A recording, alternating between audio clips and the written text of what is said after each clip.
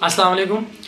آج کی ویڈیو کا بنانے کا مقصد یہ ہے کہ مارکیٹ کے اندر ایک نیوز پھیل رہی ہے کہ کرپٹو ایکسچینج کے ایک سی ای او ہیں جس کو ساؤتھ کوریا کے گورنمنٹ نے 25 سال کی قید کی سزا سنائی گئی ہے. لیکن کرپٹو کے اندر دو طرح کے لوگ ہوتے ہیں. ایک وہ جو کرپٹو کو پازیٹیو سینس پہ لیتے ہیں، اور ایک یہ جو اینٹی ہوتے ہیں وہ ہر چیز کے اینٹی ہوتے ہیں. صرف کرپٹو کے نہیں، جتنے بھی ٹیکنالوجیز آتی ہے، جتنے بھی مینس کہ اگر ان کو بینیفٹ نہیں ہے اس ٹیکنالوجی کا تو وہ اس کے خلاف ہوتے ہیں. تو جو پازیٹیو لوگ ہیں وہ اس نیوز کو دیکھ کے اس کے بارے میں ریسرچ کر کے کہ بیسیکلی یا ایگزیکٹلی ہوا کیا ہے، جو کہ ہم آپ کو اس ویڈیو میں بتائیں گے.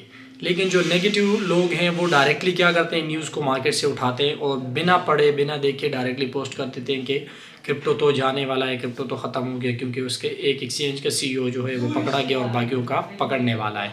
تو یہ جو مین ریزن ہے اس ایکسچینج کے سی ای او کو پکڑنے کے پیچھے وہ یہ ہے کہ اس ایکسچینج کا جو سی ای او ہے اس کے ساتھ ایک لڑکی کام کرتی تھی، جو کہ کچھ لوگ بتاتے ہیں کہ 19 ایئرس کی تھی، کچھ کہہ رہے ہیں 21 کی تھی.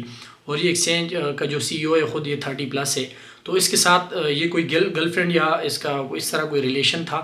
تو پھر کیا ہوا کہ کچھ سالوں بعد اس نے کیا کیا کہ 19ویں منزل سے چھلانگ لگا دی اور کھڑکی سے چھلانگ لگا کے اس نے خودکشی کر لی. تو اب اس کے اوپر انکوائری بیٹھی جب ساؤتھ کوریا کی گورنمنٹ نے اس کے اوپر انویسٹیگیشن کی کہ یہ کیا ہوا ہے.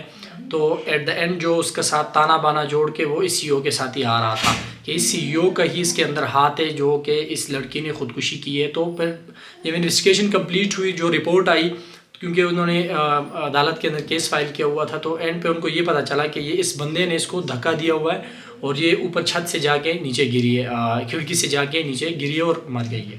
تو اب اس ایکسچینج کے سی ای او نے اپیل کی کہ جب میں اس کو دھکا دے رہا تھا تو میں مینٹلی فٹ نہیں تھا یا میں ایموشنلی فٹ نہیں تھا، تو اس وجہ سے غلطی ہوئی ہے اور انجانے میں نے یہ کام کیا. لیکن انہوں نے جب اس کی میڈیکل ٹریٹمنٹ وغیرہ کی اور اس ٹائم جو اس کے سیمپلز وغیرہ تھے جو انالیسس کر کے، تو ان کے پاس جج نے اس کو کہا کہ آپ کی جو رپورٹس ہمارے پاس پڑی ہوئی ہے جب یہ واقعہ ہوا ہے اس کے بعد، تو اس ٹائم کیا ہوا تھا کہ آپ کی جو رپورٹس تھی وہ بالکل پازیٹیو تھی، بالکل ٹھیک ٹھاک تھے آپ نے، اور آپ نے یہ جان بوجھ کے کیا ہوا ہے. اور انہوں نے پھر اپنی جو اس ایکسچینج کے سی ای او تھا اس کو سزا سنا دی 25 سال کی، اور اب یہ 25 سال کے اندر کے لیے جیل میں رہے گا.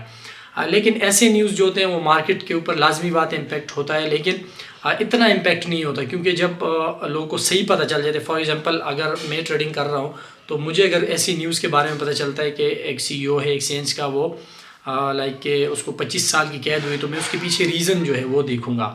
لیکن پینک ہو کے کبھی میں سیل آؤٹ نہیں کروں گا یا اس طرح کوئی اسٹیپ نہیں لوں گا جو کہ بعد میں میرے لیے پچھتاوے کا باعث بنے.